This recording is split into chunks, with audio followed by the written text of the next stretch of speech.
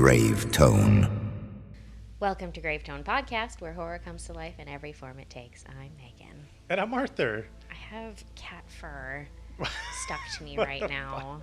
What a great start to an episode. I had to pick up the cat to bring him inside to feed him. You know when you can just feel something tickling you and you're like trying to find it and it's in my cleavage and I don't know how to get it out. But okay. That is okay. Oh, it's been a long couple of weeks. I'm tired, okay? I know. Our coverage does not stop. Never. Of the Fantasia Film Festival. Yeah. We've seen what? 4 movies in the last 2 days? In the last couple of days, we've watched 4 movies. Yeah. Yeah. And then prior to that, earlier in the week, there were several that's like more. a whole other thing. And there's a whole week ahead. Yes, we still have 1 week remaining of coverage of all the stuff. And then by early August, you guys will have gotten, I think, everything at that point. Everything. If you want it all in one place, check out greattonepod.com for a whole one-space place. Yeah, we have an entire section dedicated to our Fantasia coverage. Yeah, anyways, it's all there. Yes.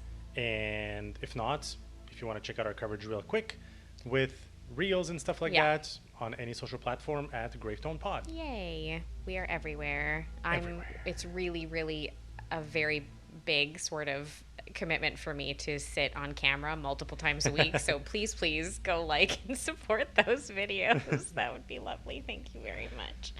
Okay.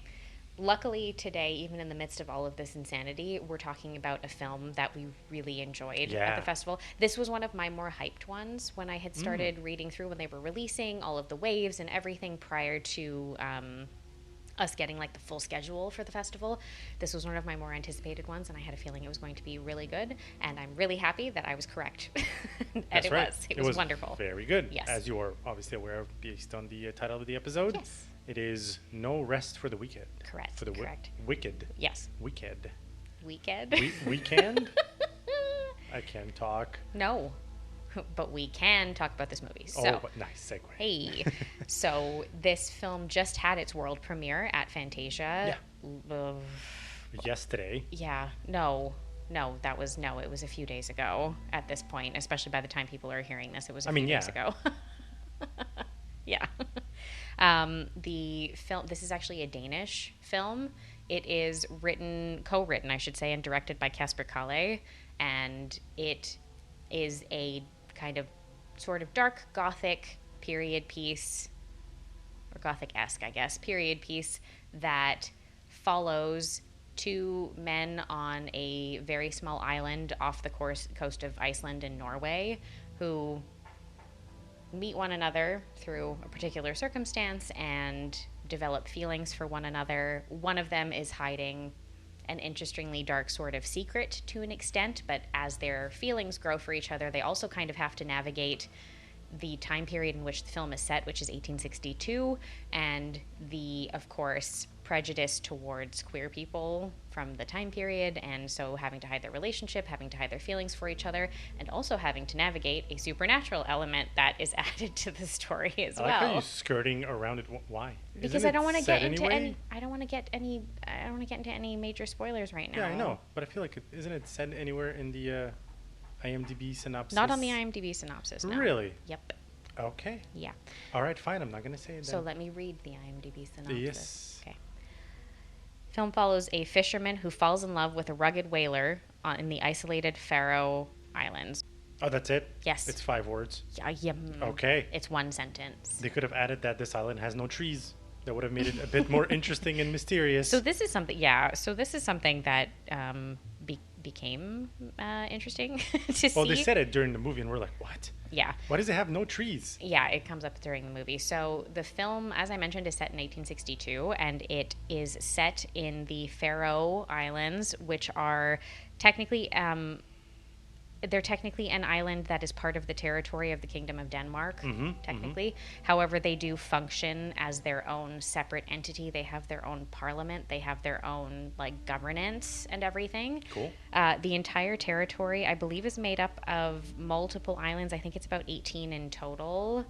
And as of 2025, they have a population of a little under 55,000 people or so. they have their own official dialect, essentially, which is Faroese, is technically the dialect that they do speak there. It is allegedly closer in etymology to Icelandic. Okay. That's kind of the way that they That's function. very cool. Yeah. Holy shit. So this is what this kind of is. So it's not Denmark and it's not in Denmark. It's its own separate thing. However, Faroese as well as Danish are two languages that are spoken throughout the course of the film. Yeah. Yeah. So you do get like a little bit of both in there. Yeah, exactly. The whole film, it was subtitles. So. Yes, yeah, oh yeah, no, it's a foreign film. Yeah. So this film follows, that's it, a young fisherman. His name is Baldur. He lives in the Faroe Islands with his mother, who is a widow, Asla. He is, I think maybe not super duper content with his life necessarily. I think he's a little bit bored and would kind of, be looking to be able to experience something else in life. I mean, kind of. It's an island. Yeah. It's not that big, especially in those years. Yes, exactly. Not much going on over there. Exactly. And one particular day, he happens to meet, through being saved by this man, he meets a traveling whaler whose name is Helge, who's played by, I need to go through cast after, so I won't do that. I mean, that's the majority of the cast. Yeah, it's like 3 people. Yeah. But, well, there's other side characters, but yeah, majorly 3 people. And what starts out as... Wait, who's it played by? I'm going to do it after. Basically, what starts as like a friendship between the two of them, to a degree, like a reluctant friendship, definitely develops into something much more passionate and much more intense fairly quickly, honestly. Yes. And as they, obviously, secretly start a relationship, they, of course, are very aware of having to hide their relationship particularly because of the time period and the traditions on this very small, probably very traditional island that they live on. They're very religious in the film. And so, of course, hiding due to prejudice and things like that. And then there is, like I said, a supernatural element that is kind of enters into the mix with Helge's character as well, that we learn throughout the course of the film. And what kind of impact it has on the characters. Yes. And not just the main characters, but also kind of like the villagers in there. Pretty much everybody on the island. Yeah. And it's fascinating. So, yeah, it's got a lot of different elements to it, really. So, yeah, cast-wise, Baldur, who's our lead character, is played by Egor Venned. I hope it's Egor and not Igor. I'm so sorry. I'm going to butcher all of this. It's a disaster. And then Helge is played by Pilou Asbaek, who is a Danish actor who I think a lot of people will know because of things like Game of Thrones. Yeah. Largely. He was like that uncle, right? Yes. The shitty uncle that tried to take over I'm gonna like double check names as we go, but yes, he did. He was in Game of Thrones for a number of episodes. He plays Euron Greyjoy. That's it. In Game of Thrones, he was, for horror people, he was also in the film Overlord. He plays the like Nazi general or whatever in that, like the SS commander in that. That's like a fun World War II zombie film if you haven't seen it. It's a cool one. He was in Ghost in the Shell. He's been in a ton of different stuff, honestly. He was in Foundation. He was in, a bunch of TV shows, a bunch of things. And I really loved him in this because it's such a different character for him. This man plays very intense, usually very evil characters. Mostly, yes. Generally speaking. Yes. He's like not a nice person. And I will say, without giving too much away, this is a really interesting switch for him into a film like this. Yeah, I mean, look, we'll get into it a little bit more with the post spoiler. Yes, but we're warning. We're going to keep this largely spoiler free because the film has not been released yet, so don't worry about it. We're going to be careful with it. And then we do have the character of Asla, who is Baldur's mother, who's played by Sophia Nolso, who also looked extremely familiar to me in the film. I don't know if she did to you, but she really looked familiar to me. A little bit, but yeah, it was kind of hard to place. I don't know. I'm not good with names and faces. No, that's true. You're really bad at that. Wow, Anyway, okay, don't worry great, about it. Is she in anything that we know? No, she seems to be in largely Danish productions from everything that I'm looking at as well. All right. And there was for instance, there is another character named Jakob, who is one of the villagers who's played by Johannes Hakur Johansen, who is also a Danish actor, and he's in a ton of stuff as well. He looked familiar to me, much more than the mom. So he was in Succession for a number of episodes, Captain America Brave New World, Vikings Valhalla. He was very recently in Masters of the Universe. He plays the character of Fisto in that. Also all sorts of things. And yeah, I know, to your point, I was also like looking at him and I was like, oh, I know this person. I've seen him in things. Yeah. Yeah. So they're actually, like some semi-well-known No, it's a people pretty in great this cast, one. and it was a pretty great fucking movie too. So Yes. Okay. So let's kind of get into, like I said, we're not going to go too deep into things. We will give a little bit away. And if you go digging more than very surface level, you'll find out what the twist in the film is to a degree. But I might say it. It's okay. It might just blur out. I mean, to be fair, if you look at the description on the Fantasia Festival website, they give it away. Well, that's what I'm saying. That's why I was like, I know. It's just that in the main... the secrecy is out. Okay. So anyway, listen, if you're enjoying our coverage, which I hope that you are, I hope that you're kind of here and along for this ride with us, please feel free to rate and review our episodes or the podcast itself. We really appreciate it. It really helps us get the show out in front of more people, and it's lovely. And our resident ghoul, Gary, is currently digging a grave in your honor. There's a personalized headstone. It's great. You're welcome. Gary, please get over here and give everybody the spoiler warning so nobody yells at us on the internet later. Thank you. You've been warned. Spoilers ahead. So the film, like I said, it is a period piece. It's a very slow burn film. It is a very slow burn piece. Which I do believe that I was very much expecting going in. I know not everybody's going to love that. I do like to preface that because some people aren't big fans of slow burns. So I do like to just make sure that people are aware of that. I find largely sort of gothic in tone period pieces tend to be very slow burn, so I wasn't particularly surprised about this one. I could see how for some people it would be a bit too slow moving though. So that was kind of for me. I thought it was a little bit too slow. Not like, oh my God, get me out of here type of thing. But, there's a couple of scenes that could have been cut a little bit short and that would have not really changed anything. I mean, I know they're trying to set kind of like the dread type of thing in it and whatever it is. But I still, regardless, did really like it because the visuals were absolutely amazing. Oh my God. And I don't know why, but this movie, maybe because it was the way that it was shot or it felt really organic in how they did everything, it reminded me of Robert Eggers' style. Oh, definitely. You know what I mean? Oh, 100%. I was like, this is feeling very Eggers-esque part of the way through. Yeah. Just think, I guess, a little bit more romantic and less grotesque than Robert Eggers gets with his films. This one was a little softer. Yeah. But I would say everything about it, kind of like the pace and the way that things were shot, and it looked and felt really organic and really real. The authentic. That's it, the authentic aspect of things. Yes. Yes, thank you. That's the word I was looking for. Absolutely. I completely agree. I thought it was excellent. I don't know too much, and the film has just had its premiere, so we haven't gotten too much information that I'm able to find right away anyway with regards to how historically accurate it is and things like that. However, watching it certainly felt like it was. I really felt like this was really organic and really authentic in its portrayal of probably the time period and the place that it's set, which I also think this is so cool. I love it when we're able to watch a film that highlights an area that we kind of never hear about, especially on our side of the world. Yeah, well, especially those small little islands. Yes.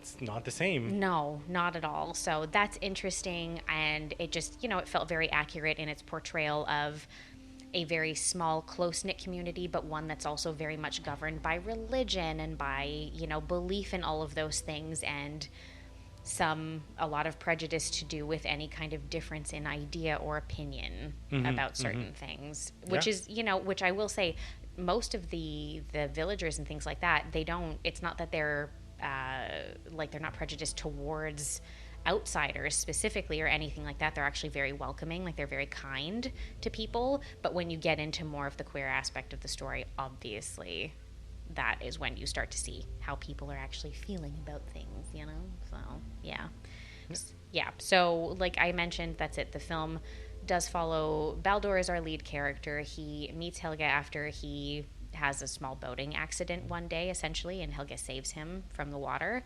They start to work together on a couple of different things, rebuilding the boat that was destroyed during the accident, and then also Helge is waiting for a ship to come through that is looking for people to go whaling, like to go out into the ocean to do that. Yeah, exactly, because he's very kind of like free-spirited, right? Yeah, he's like a nomad. Yeah. That's kind of what he does. He just moves from ship to ship and gets work where he can, basically. And so he arrives, that's it. He's a little bit of an outsider because he is Danish, so he doesn't speak the language and things like that. So there's like a little bit of that back and forth that kind of happens. But what we do see very early on is that there is a development of pretty strong feelings between the two of them, which is pretty clear almost from the jump, you know, because Baldur's almost like put off by him a little bit at first, and that it to me read as though he was attracted to him but did not want to be. That makes sense. To an yes, extent. I think that is the right read about that. Yeah, I don't know, but I feel like that could have potentially been what it was. That's it. They develop feelings. There is a relationship that kind of kicks off at some point, and what we do learn is that there is an accident that occurs at one point. And again, I don't want to get too far into things, but there's an accident that occurs in roughly the middle of the story, and after this point we're kind of introduced to a supernatural element of a very different version, in my opinion, of vampirism than I have previously seen. Yes. Yeah. Okay, I'm glad you said it, because it is basically a vampire movie at its core, but it's not like go around biting everyone and everyone on the island becomes a vampire. It's really not that. Not at all. It is much more, I would say, deeper and much more beautiful than just that. You know what I mean? Oh, it's so lovely. The chemistry between the characters is phenomenal. It's so good. Yes. I can't even imagine how long it would have taken for them to get that comfortable with each other. But like it just feels really natural. It felt really organic. The development of the relationship did. The different aspects of like the struggles that Baldur's character has, because his mother unfortunately does kind of like guilt him in certain ways. Well, she doesn't want him to leave. Yeah. Because, you know, their father died and whatever, so he kind of has to stay and take care of her, but he also does want to explore the world or go somewhere, whatever it is, especially because probably I want to say that, you know, he is around late 20s, early 30s, I feel like maybe he's a little bit. maybe meant to be like early to mid 20s. Okay, that's it. So a little bit younger, right? Yeah. So technically, especially at that time, you would have been prime candidate for marriage and let's go popping babies, you know. And there are other women on the island, but he is not doing any of that, and he's really not seeking, at least from what we are given to understand, to be doing any of that, right? So not at all. No, exactly. He's not. You can really tell he's like not interested. Right. Yeah, but then that also kind of means for him is that he can't really stay there, you know, because he's not interested in women. And it starts to look weird after a while. It also starts to look weird after a while, and then kind of like, you know, for himself, for a healthy mind, essentially, you kind of have to do something about it, I guess. Oh, yeah. So. Yeah. No, that makes sense. It's there's a lot of just like really beautiful, really lovely things about the film. I love the back and forth and the uses of like the different languages that are utilized in the film. The score is phenomenal. It's so lovely the entire way through. Another thing that felt very Robert Eggers-esque to a degree. But it was also a little bit subtle. You know what I mean? It wasn't like crazy symphony music and whatever it is. I agree. Yeah. I thought that was really clever, but that was lovely the whole way through. There's a song that's performed towards like the over end halfway through the film that was so beautiful. I thought I was going to start crying in the theater. It was lovely. Yeah. Like it was like a funeral song. Oh, it was beautiful. It sounds like it started, you know, being sung by the person kind of like on camera or whatever. Yes. And then it very easily transitioned into a fully kind of like, you know, worked on song for the actual background of the movie. It was a very seamless transition, but it was very fucking nice. For sure. Yeah. I also have to say that the visuals of it are just oh my god, absolutely amazing. Everything.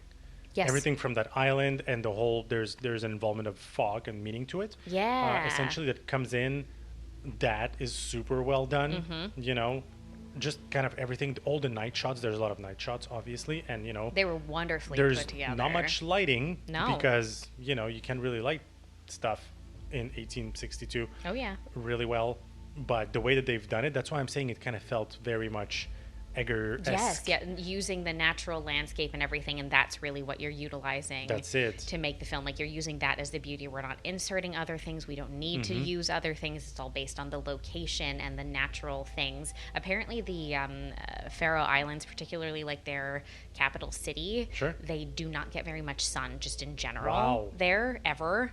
I believe that it's like one of the places that has like the least recorded sun per year. That's essentially not right. Like hours of sunlight is specifically what it is. Those people must be very brittle. Maybe. I'm I'm sure they're made of a pretty hardy stock, Well, honestly. yeah, that's it. And they're pretty used to it. That's why there's a line. So Arthur brought this up earlier, but there's a line in the film in which Baldur and Helge are having a conversation, and Baldur asks about trees because the Faroe Right. Islands apparently don't have any trees on them. And I checked, and this is true. There are There's no natural trees. Yes, there are no naturally growing trees Yes, like on they've the island. planted trees there, Yes. parks, whatever it is, but there's no natural growing trees. No, due to largely the climate and the conditions, because it's like too cold and not sunny enough for And much of the super year. windy. And very windy. Apparently it's super windy all the time. Yeah. So these are just not conducive. And apparently also when saplings start to grow, there are a lot of sheep on the islands, and They they just have eat a it all. tendency to eat all of it. The sheep are destroying the trees. I love that. There are a lot of sheep in the film too, so that was kind of funny to me. Anyway. Anyways, all of that was absolutely beautiful, and the way that the supernatural aspect was woven into loved it was very cool. I loved it. It was such a different It was version. a very interesting take on vampires and vampirism, Yes. I guess I want to say, because it's not your usual, he came on a boat and he was already a vampire type of thing. Not really, at least not how I understood it. Not at all. No, I agree with you. It's not Dracula crossing from Romania, like from Transylvania over to London kind of thing. It's not that. It's not some vampire on the Demeter who shows up and has already killed everyone on the ship. Like, that's not what it is at all. There are a lot of good sort of very subtle moments of horror and dread to an extent, but it's not something that's built for jump scares or for something super grotesque or violent necessarily. It all just kind of flows itself, and there are some moments where there are little jump moments, and there are things that are very jarring, but they're not like manufactured. I don't know how to describe this properly. It doesn't feel as though they are forced. It feels as though they are just naturally part of the story. Yeah, because it's not meant to jump scare you like you just said, right? It's just it is the situation that happens, and it's just creepy. And it doesn't feel like it takes you. Sometimes you're watching a film and there are jump scares, and they genuinely almost take you out of the movie for a minute, and you're like, oh god, and you have to kind of like mentally get yourself back into it. Not this these one. These were beautifully woven together, which I guess I can't say there was someone in the theater in front of us who had really strong reactions every time. My god, there was like but like for anything, like. He cuts his hand in one scene and whatever, and the person was like, "Oh my god!" Oh my god, yeah. But like very loud. It was a lot. It was a little bit funny, and that took me out of it a couple of times, and I was kind of like, "Wow, okay." But other than that, the film itself is absolutely beautiful. So Fantasia's recently announced its winners of multiple different awards. Oh my god, we should have started with that. Yeah, sorry. Jesus. It's okay. We talked about. There's at least a video out by now that you guys will be able to see that that's the case. So Nightborn, which we do have a previous episode about, did win the Cheval Noir award, which is like pretty much the highest award that you can win. So it's for best film of the festival, and it also won for best performance or supporting best performance. Lead actress. Oh, there we go. Yeah, for Sadie Harlow, which we highlighted also in our review episode because she was phenomenal in the film. She was so good, and I can confirm now that Kasper Kalle won for best director for this film. Not surprised. Not at all. Totally deserved. That's fucking great. And I believe that if I'm not mistaken, Pilou Asbaek also won an outstanding performance award. That's Helge? Helge, yeah. Oh, okay, wow. Yeah. Damn. Well, there you go. I would have also given it to Baldur myself, if I'm honest. I thought he was phenomenal. And honestly, if there's even nothing else, there are so many. We basically don't really have anything negative to say about the film. Like I said, if it lags for some people, I could totally understand that. I loved it the whole way through. I could see how like the slow burn of it gets a little bit tiresome for some folks. And if nothing else, honestly, it's just also there are multiple different beautiful scenes of really attractive men with cable knit sweaters on, so like if you just want to watch it for that too, there's a lot of that going on. Wow, that is so specific and niche. No, someone will understand that. Somebody will I get it. I'm not this. saying you're the only one. No, someone will listen to this and will say, oh, I do love a man in a cable knit sweater. Yeah, and you will in this movie, so you're welcome. You're welcome. I have no comments. No, it's fine. He's boring. Don't worry about it. Wow. I like a sweater like they had. I was looking at those sweaters. I'm like, yo, fuck that. They're look nice, very comfortable. I know they look looked very great. good. They looked really warm anyway. So yeah, there's just a lot of great stuff. There are so many great themes in the film, obviously, to do with oppression and having to repress one's own feelings and desires Yes, about things. but also the fact that, love can surmount all that, and even post fuck it, death, whatever it is. Yeah, It's a yeah. vampire. Yeah. You know what happens. It was so beautiful. You know I was what I like, mean? Oh, Like, they just want to be together. You should just let Yeah. them be together, guys. It's so nice. Anyway, yeah, it was lovely. yeah, exactly. Really. You know what? When I was watching it, it kind of reminded me of Leviticus, but in a different way. Oh, I get that. Yeah, Yeah, I can understand that. it's It's similar feelings in a completely different type completely of story. different way, but kind of like the message at the end of the day is very, very similar. Yes. Like that Religious oppression. religious oppression, and it will stay with you. You can't Yes. just pray the gay away Nope. or chase it away or Nope. kill it away, whatever away. Nope. You So- can't just do anything like that. And if people have strong feelings for one another, they will gravitate together. That's just what it is. There you go. That's just life. And it's better to just let it happen. I think that's a really good sort of theme in this movie, is a theme of acceptance, which also is something that comes up that I would say Leviticus does not do. This film actually does take a look at that aspect as well, which is lovely. Towards the end there, yeah. Yes, Yeah, very you're right. much. And I It's love true. that. And I love that even though we have characters who are close-minded in the film, you kind of understand their perspectives and you don't really hate any of them. It's not the same as like some movies that you watch where they're just these horrible, hateable characters. There wasn't anyone that Yeah. I felt that way about in the movie, where I was like, they've grown up in this really small space. They don't understand how things could be different, or that like we can go against the norm a little bit and things like that. Like, these are just people who have grown up in a time period in a place that's so isolated that it's difficult for them to know or think about anything else. And there is a level of understanding from everybody by the end of the film that I thought was like really nice to see. Essentially, yeah. And kind of just posits a really interesting and positive message, which I thought was really cool. I agree. I liked it a lot. Anyway, we obviously really enjoyed this one. It was great. It's going towards, I think, the top of the list, one at the top of the list so far, I think, of what we've seen so far I throughout the believe so, festival, yes. for myself anyway. So hopefully people will be able to kind of check it out Hey, how soon. much you dig it? We didn't even say that. Oh shit, we didn't do digs. Fucked up the format I'm so completely. sorry. Sorry, guys. So, I mean, I don't have much negative to say about this film, if I'm honest. It was so lovely, and minus a couple of minor scenes that could have been trimmed for time to a degree, I'm at like a 9. Okay. I really liked this. I thought it was fantastic. All right. I mean, I'm pretty close there. I would say 8, Sure. 8.5, whatever. Probably like a very, very solid 8. That makes sense. Yeah, it was fucking beautiful to watch, and it was just a very good movie. Awesome. Yeah, Yeah. you should definitely check it out. Is it being released anywhere? Do we know anything about it? Okay, so all I'm finding as of right now Right, is as of right that as of in August, it's going to be screening at the New Zealand International Film Festival cool. on August 9th, A little and bit then far for- it's getting a release in Denmark specifically on September 3rd Oh, okay, yeah. through its official studio. I am hoping that kind of gets it a little more attention, and bare minimum it can get a VOD release here, or if not, maybe like a limited theatrical release or something would be cool. You I never agree. know. Yeah. Yeah. So that if would you be know cool. maybe a cinema close to you that does a lot of foreign movies, it might be there. Yeah, that would be So awesome. check it out. That would be very cool. No rest for the wicked. Yeah. We have more coverage, surprise, surprise, coming your way over the next week. It's true that we're going to be checking out some cool stuff. We've got The Glorious Dead upcoming in the new week, which is the new film from the Addams Family, who are like festival darlings at this point. They have a lot of really great stuff. So Hellbender, Mother of Flies, The Deeper You Dig, all that stuff is all of them. So they've got a new one coming out, which is really cool.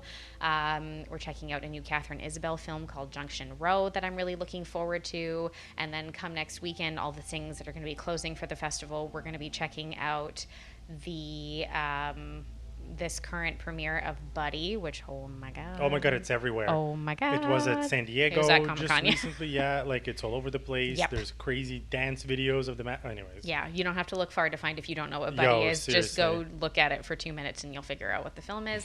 So that I'm super excited for. And then we're going to be closing out the festival with Freaks Part 2, which I had no idea until they released me the info neither. about the festival that they were doing a Part 2 to this film. We saw Part 1 at Fantasia years ago when it came out. Yep. And I'm really looking forward to seeing the second part. I think that's going to be really interesting follow-up, and I'm really curious to see what they're doing with the story. We'll find out. Yeah, same filmmakers. So, Well, there you go. looking forward to that. It's going to be good. So, yeah, we're going to have a whole bunch more stuff coming your way. And you can check us out on our socials, like we mentioned, on the website if you want to take a look at where everything is there, or, our whole back catalog of episodes as well. But until next time, guys, stay scared and stay tuned. Ciao, guys.